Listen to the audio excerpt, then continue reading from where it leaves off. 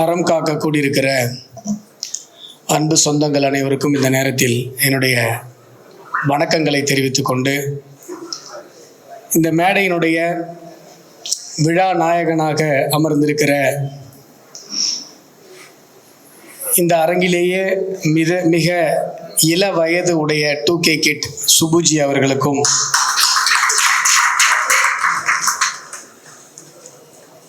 அம்மா திருமதி சுபு அவர்களுக்கும் இந்த நேரத்தில் என்னுடைய வணக்கங்களையும் என்னுடைய ஆசி வேண்டுதல்களையும் கூறிக்கொண்டு, இந்த மேடையில் நடுநாயகமாக அமர்ந்திருக்கிற முன்னாள் கவர்னர், பாரதிய ஜனதா கட்சியினுடைய தாமரை மலர்ந்தே தீரும் என்கிற உன்னதமான ஒரு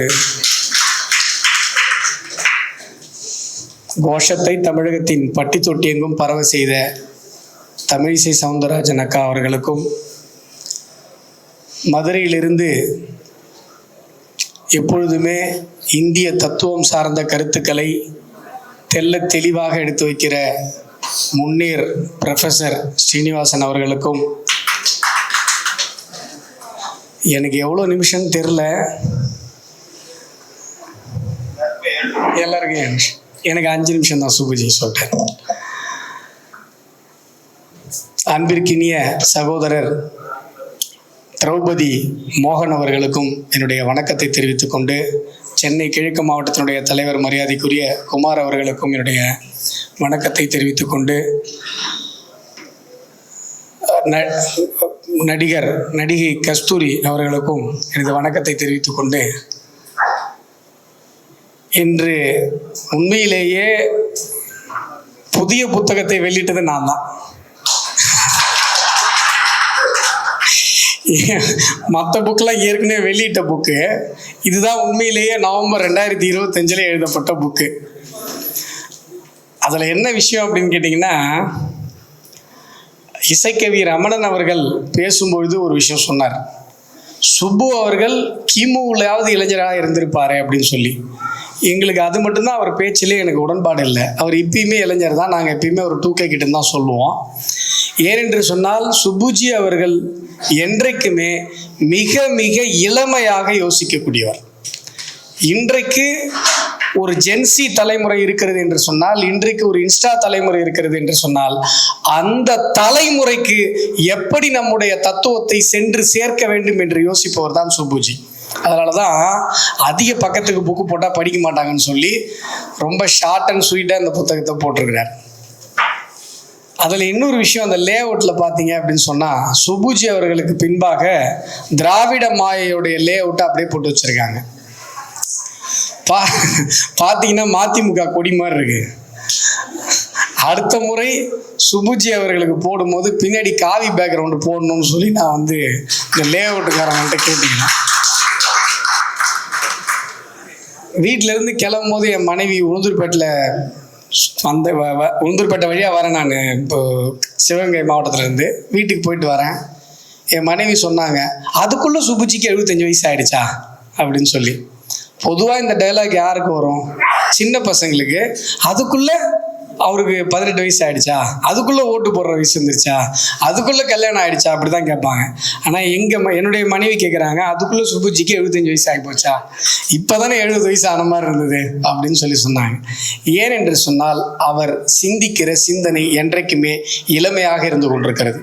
தமிழகத்தில் அறிவுக்கும் அவங்களுக்கும் சம்மந்தமே இல்லாதவங்களாம் அறிவு திருவிழா நடத்திக்கிட்டு இருக்கும்போது, தன்னுடைய பிறந்த நாளை ஒரு பிறந்தநாள் விழாவாக கொண்டாடாமல் என்றைக்குமே 73, 74 எல்லாமே அப்படிதான் சுப்புஜி கொண்டாடினார். அந்த பிறந்த நாளில் அவர் பிறந்ததற்கு எது அர்த்தம் என்று அவர் நினைக்கிறாரோ அந்த அர்த்தத்தை நோக்கிய ஒரு கருத்தரங்கமாக, ஒரு அறிவு பகிர்வு நடக்கிற ஒரு விஷயமாகவே இன்றைக்குமே அவர் நடத்தி கொண்டிருக்கிறார். இன்னும் ஒரு விஷயத்தையும் நான் இந்த இடத்துல பகிர்ந்து கொள்ள ஆசைப்படுகிறேன். எவ்வளோ நிமிஷம் ஆச்சுன்னு பார்க்கலான்னு போனேன்.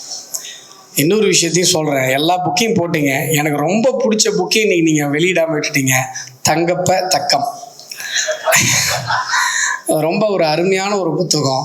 ரொம்பவும் ஒரு, அதாவது சுப்புஜி என்பவர் எவ்வளவு ஒரு நகைச்சுவை உணர்வுக்கு சொந்தக்காரர் அப்படிங்கிற ஒரு விஷயம் அந்த புக்கில் தெரியும். இந்த புத்தகம், இன்றைக்கு நான் வெளியிட்டிருக்கிற இந்த புத்தகம் மிக மிக முக்கியமான ஒரு தலைப்பு தமிழகத்தில்.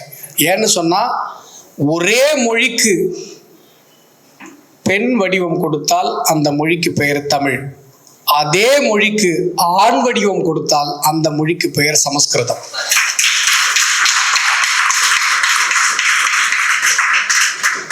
அதனால தான் சமஸ்கிருதத்தில் அழுத்தமான எழுத்துக்கள் எல்லாம் வரும். ஷா, இந்த மாதிரியான அழுத்தமான எழுத்துக்கள் எல்லாம் வரும். தமிழில் பெண்மை, பெண் தன்மை உள்ளது அப்படின்றதுனால மென்மையான எழுத்துக்கள் தான் வரும்.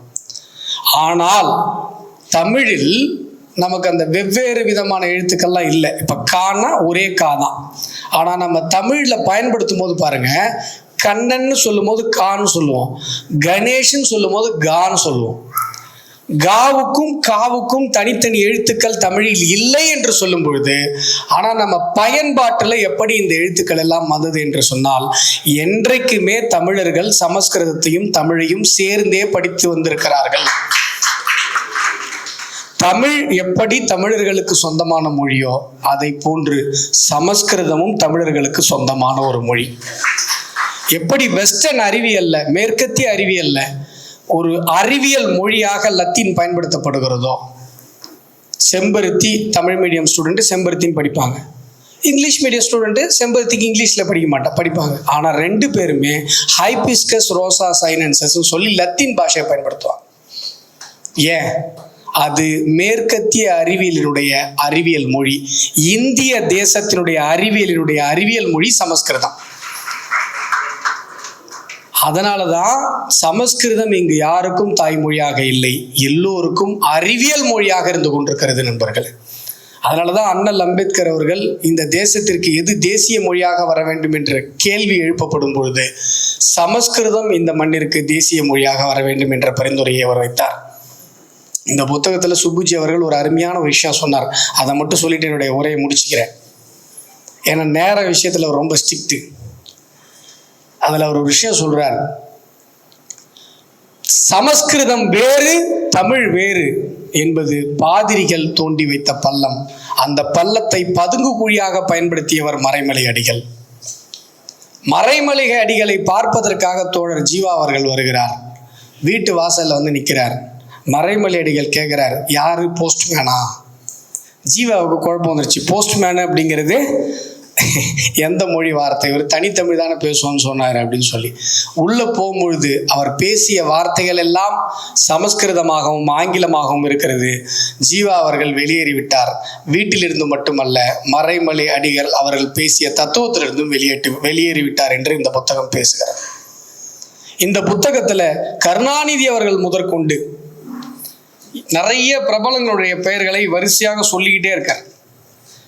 கருணாநிதி, தயாநிதி மாறன், கலாநிதி மாறன், டிஆர் பாலு, அப்படியே ஆரம்பித்து புண்ணியம், வரதராஜன், ரங்கராஜன், விஜயகாந்த், பன்ருட்டி ராமச்சந்திரன், பெரிய லிஸ்ட்டு. கடைசியில் இந்திரா சவுந்தரராஜன், பா விஜய் வரைக்கும் வருது. தமிழில் இருக்கிற பிரபலங்கள் பெயர்கள் எல்லாம் சமஸ்கிருதத்தில் இருக்கிற பெயர்கள் எல்லாம் சுப்புஜி பட்டியலிட்டிருக்கார்.